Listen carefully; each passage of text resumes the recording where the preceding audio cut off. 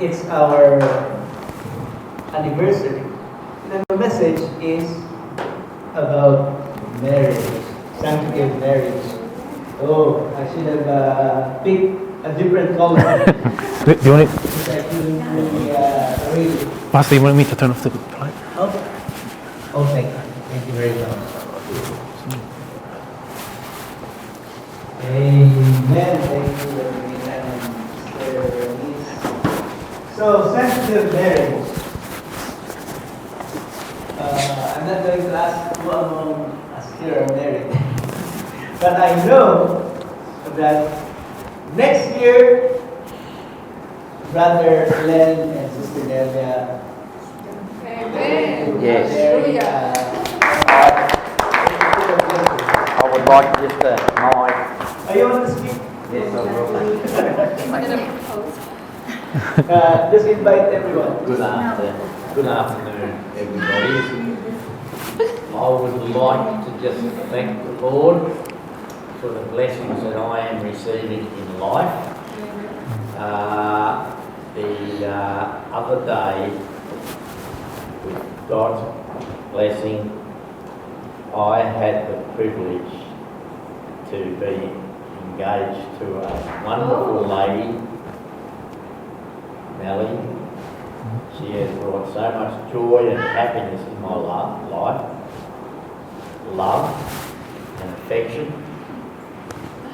friendship, and I am looking forward to the new year that lies ahead for both of us.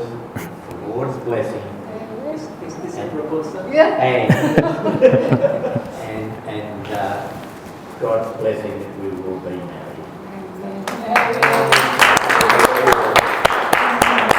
I am very, very proud and honoured. Thank you, Brother Glenn and Sister Nelia. It's not simply a paper, it's not simply a written contract, because people sometimes disregard it, and it's very significant because it's actually a covenant. According to the Bible in Malachi, it's a covenant entered into between two persons. And I'm not going to offend anyone, but the Bible categorically says that the marriage is only between a man and a woman.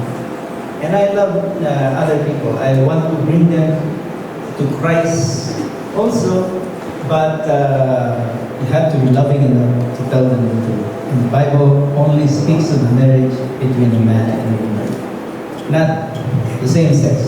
I know that it's legal here, but the law may allow it, but the Bible doesn't. So that's the fact of the matter. That's the reality. And we need to follow the will of God. And if you want to know the will of God, then you have to read the Bible. So I'll refer you to Genesis, the book of Genesis, chapter 2, verse 15 to 18. And it's not hard to look for it because it's the first book of the Bible. Amen. So Father, we thank you and we give you glory. We seek the guidance of your Holy Spirit that we may be able to fully understand the message today and be blessed by it. In Jesus' mighty name we pray, amen. So, I'll read it for you. Genesis chapter 2, verses 15 and 18 in the book of creation. Then the Lord God took the man and put him in the Garden of Eden to tend and keep it. And the Lord God commanded the man, saying, of every tree of the garden then you may freely eat, but of the tree of the knowledge of good and evil you shall not eat. For in the day that you eat it, you shall surely die. And the Lord God said, it is not good that a man should be alone. I will make him a helper comparable to him. And the Lord God caused a deep sleep to fall on Adam, the first man, our forefather, and he slept, and he took one of his ribs and chose out the flesh in his place. Then the rib which the Lord God had taken from man, he made into a woman and brought her to the man. And Adam said, this is now bone of my bones and flesh of my flesh. she shall be called a woman because she was taken out of a man. Therefore, a man shall leave his father and mother and be joined to his wife, and they shall become one flesh. And so, the idea of marriage was established initially, and with God being the solemnizing, the celebrant. So God, Adam and Eve were married. And so the Bible does not simply call Eve Adam's girlfriend, but the Bible said Eve was Adam's wife. And Adam was Eve's husband. What's that? Huh? Stop walking around. I know. I'm doing it on purpose.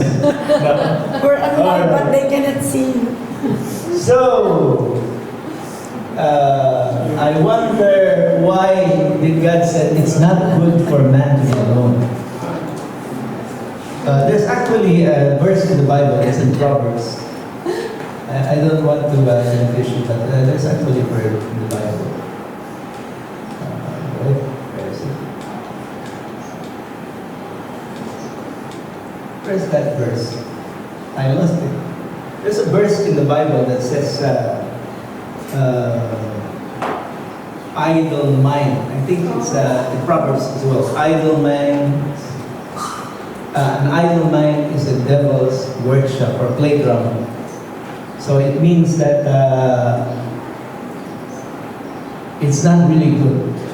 Because number one, if a man is alone, then he becomes sad, he's depressed.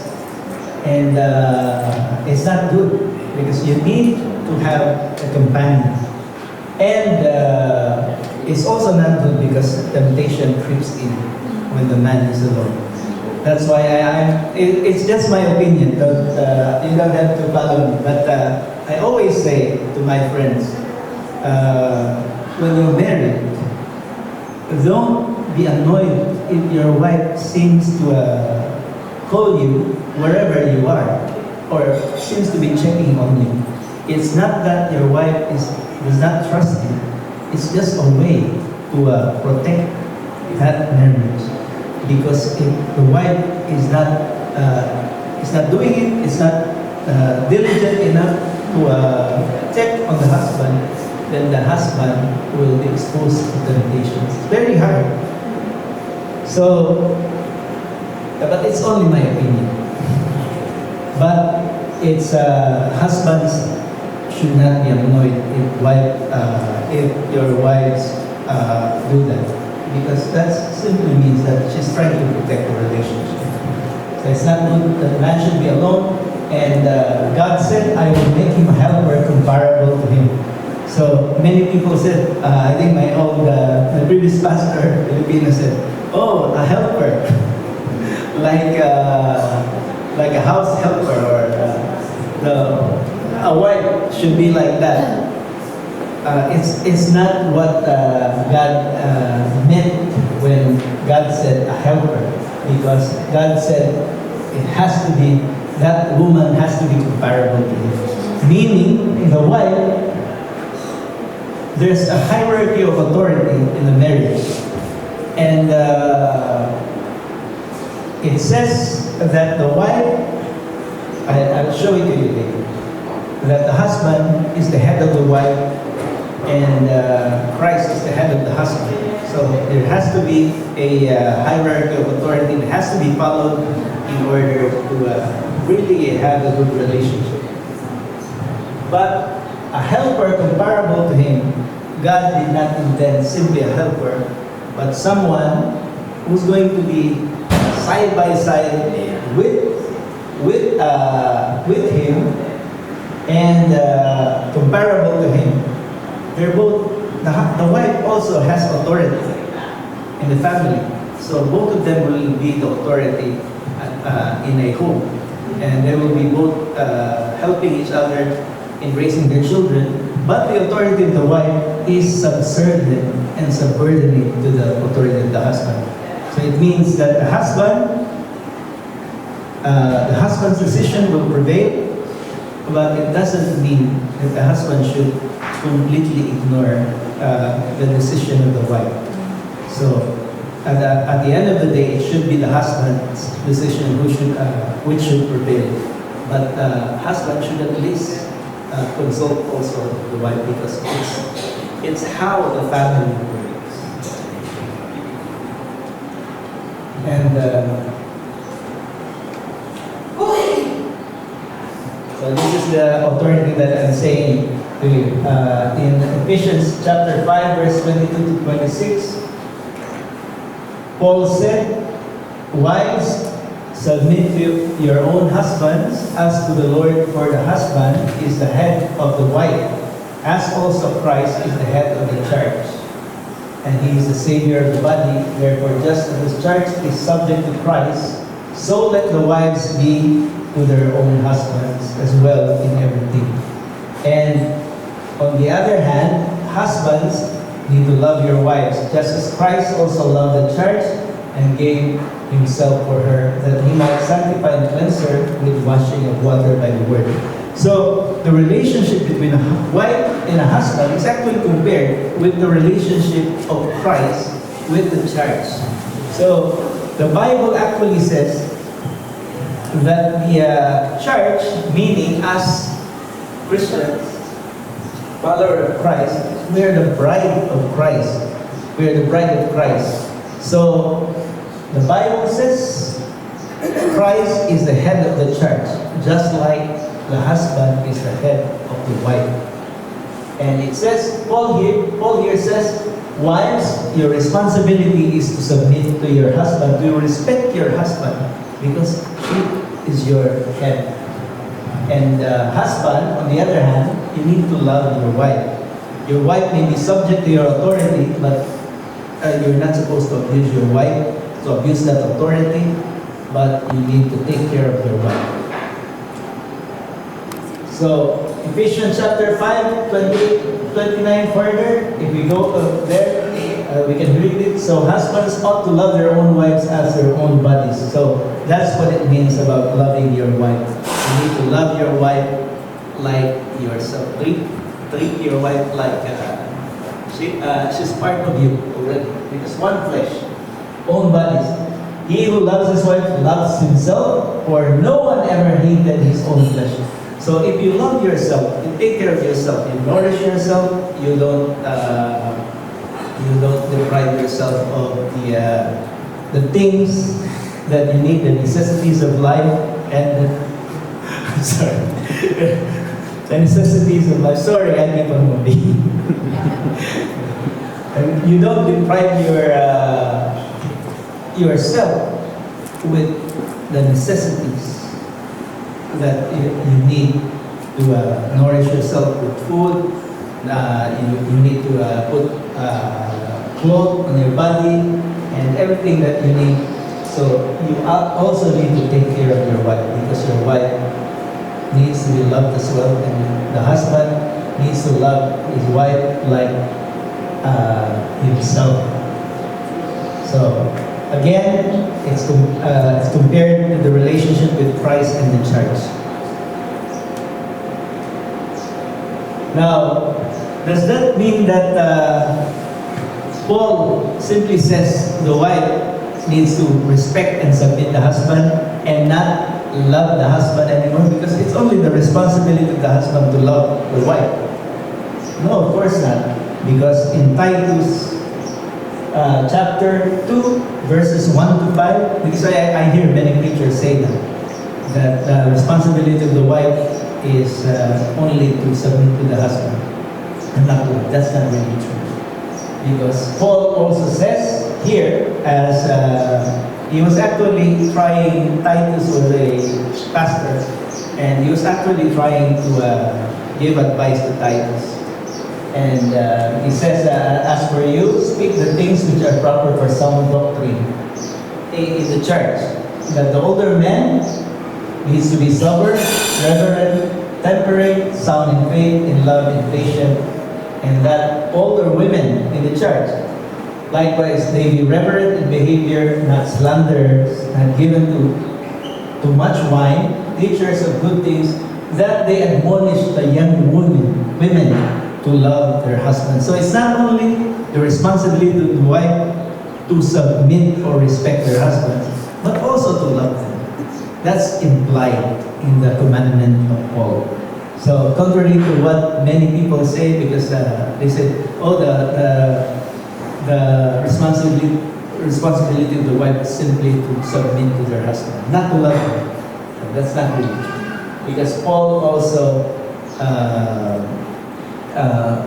tells women to love their husband, to love their children, to be discreet, chaste homemakers, good, obedient to their own husbands, that the word of God may not be blasphemed.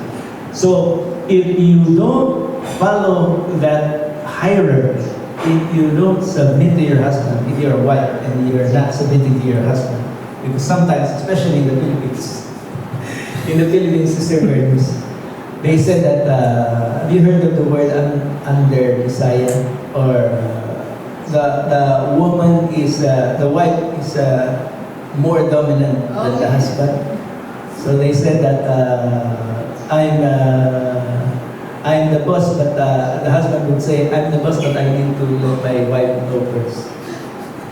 So it's not really, it's a joke only, because that should not be the case. Because the Bible says, Jesus said, and Paul said, you need to respect your husband if you're a wife.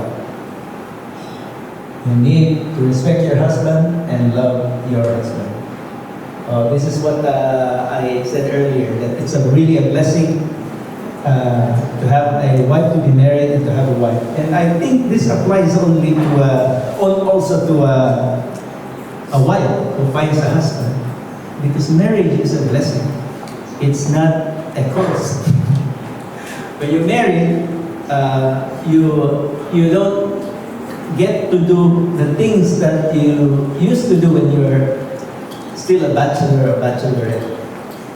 But along with the blessings are responsibilities. But there's more of blessings than the things that you need to give up when you're married already. So Proverbs chapter 18 verses 22, it says, he who finds a wife finds a good thing, and he who obtains favor from the Lord. And he obtains favor from the Lord. So it's a blessing to have a wife with your husband, to have a spouse. Amen. So there was a time when a person asked the Lord Jesus Christ about divorce. Because I know I keep on hearing it. In fact, my brother-in-law asked it the other day. So, what's the will of God when you speak of divorce? So, God actually does not agree with divorce. In fact, in Malachi, God said, God hates divorce. I hate divorce. So, but during the time of Moses, divorce was allowed because of the stubbornness of the people. So one person actually asked the Lord Jesus Christ, what do you think of divorce? And they said that during the time of Moses, it was allowed. And a man simply needs to give a certificate and he could divorce his wife. And Jesus said, that's not the will of God. That's not the will of my Father. Because the will of my Father really is for a man and a woman to live together for a life or for a long time. Now, there's an exception. I think the exception is not here. I don't want to prolong. It's sexual immorality sexual immorality. But other than that, God wants a man and a woman, husband and wife, to live together and not to separate. So Jesus said when he was asked, from the beginning of creation, God made them male and female. Again, only male and female That's the only marriage that's recognized by the Bible. For this reason, a man shall leave his father and mother. Just quoting Genesis, and mother, and be joined to his wife, and the two shall become one flesh. So then, they are no longer two but one flesh. Therefore, what God has joined together, let man separate. So you can always hear this when someone is during the marriage ceremony. You hear this, that what God has joined together, let not man separate. So it's very important because marriage, the idea of marriage came from God, and it's a covenant actually. So when you say covenant, it's an agreement between man and God, just like the Abrahamic covenant, just like the covenant of God with Noah. So in the Abrahamic covenant, God said, Abraham, you shall be the father of many nations, and I will bless even your descendants. They will be as many as stars of the sea, and stars of the sky, and sands of the sea, and I will bless your descendants. Anyone who blesses your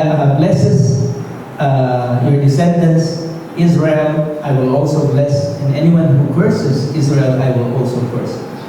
So we need to be also be a friend of Israel because that of the Abrahamic covenant. And in fact, the Bible says if you're a Christian, then you become an Israelite in spirit because you become an heir of Abraham. You become an heir to the promise of Abraham. So that's it, the covenant. And what else? Oh, where did I put my slides? So, did I miss anything? Yeah, that's how important marriage is. And I know that it's the will of God for men and women to really stick to each other to the very end, and to build a family that will glorify the Lord. So, I lost my slides. Anyway, because of this loop. So, I don't know where I put my slides.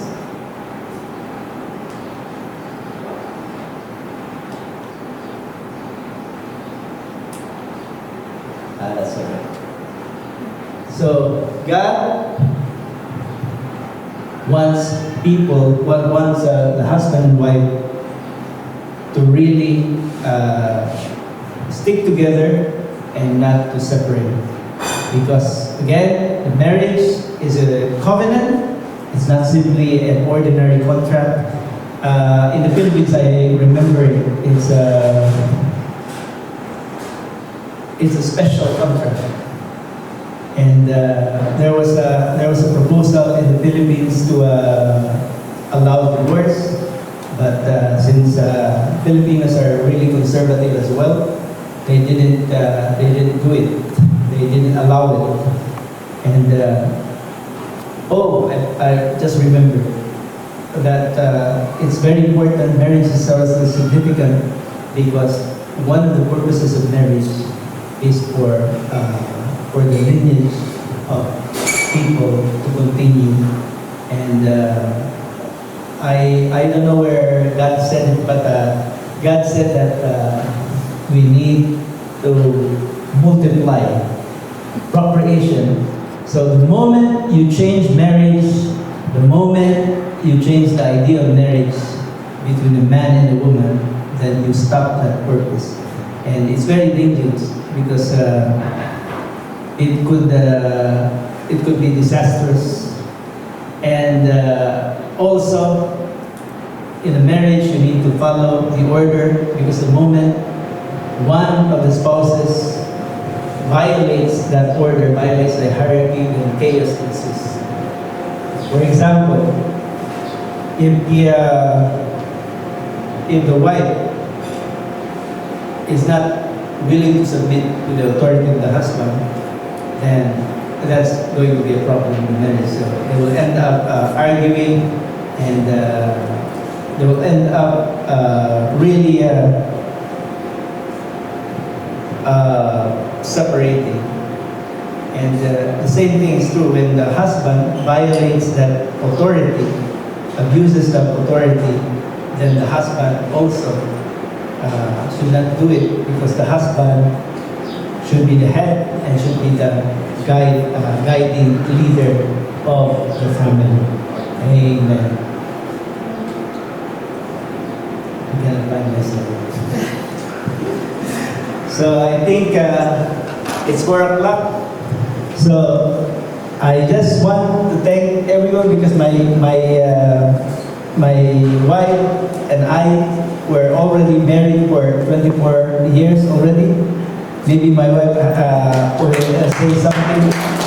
You want to say something?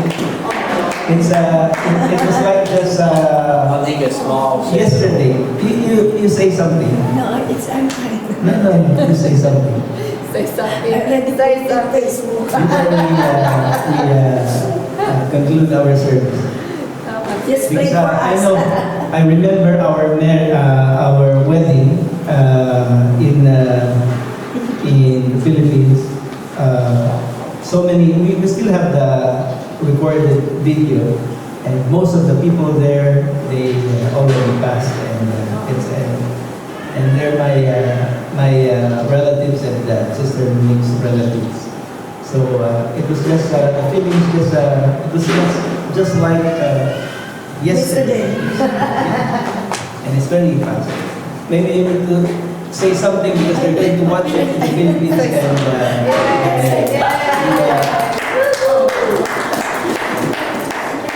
Can't say anything. I just want to thank the Lord for giving us 24 years of marriage. Actually, it's 35 years altogether, because Pastor Kim and I were girlfriend and boyfriends for 11 years. But we started dating 1989 when we were young. So he goes to, you go home and I go to so we didn't live together. So She was 17, I was almost 19. wow. So we had a picture when we were still young. But we told our children we were older, because we didn't want them to come back. Yeah, so 24 years of marriage. So I always say this, that God is the center of the relationship. If you put God in the center of your relationship, I think 24 years is long enough. So we know each other for 35 years already. Wow. 35 years. Yeah. So we lived our life together when we were not when we don't meet yet. So it's more than. So you don't really know. So I know that my relatives in America and in the Philippines are watching. So we're blessed that they've been part of our marriage. And now I know that God has a purpose for everything. So I want to thank everyone. But as I look back to our marriage, I've lost so many relatives already. But I'm not really, even if I'm sad, I'm not really, I don't really feel very sad, because I know that someday we will see them again in maybe in heaven, or you know. So it's very. You want to thank everyone? Yeah. Very only few, but I just want to thank everyone. I didn't really invite a lot of friends, but I know that all of you, my family, Thank you. thank you for coming. And also, just to let you know that the 24 years is not all. That's like what a pastor said. Sometimes We argue, sometimes we fight, but I think it's part of, Forgiveness. forgiveness. But at the end of the day, we don't sleep. That Yeah. So we try to follow the Bible that you don't sleep unless you reconcile first. So that's how you do it. That's the secret. And you put God in everything. Okay. Thank you very much. So we will pray as we conclude the service. Thank you. And we will have a small celebration. Father, we thank you and give you glory, and thank you for blessing our marriage, blessing our union, Lord. Thank you for being always in the center of our relationship. Lord, keep on strengthening our marriage, keep on also strengthening your church, Lord, and thank you, Lord, for bringing more people to our church, more workers for the ministry. Lord, bless each and every one of us with good health, with healing, Lord, of any sicknesses, diseases, and conditions.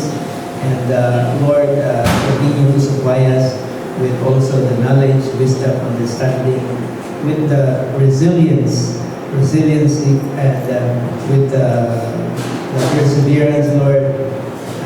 Also with the boldness to do the work of the ministry and to become the people that you want us to be. So Lord, we thank you, we glorify you.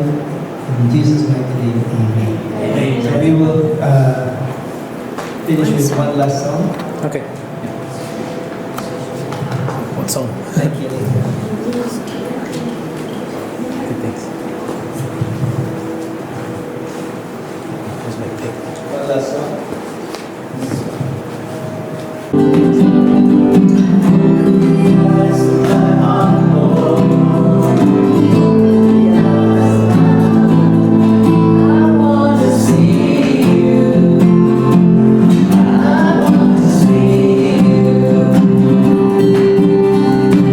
I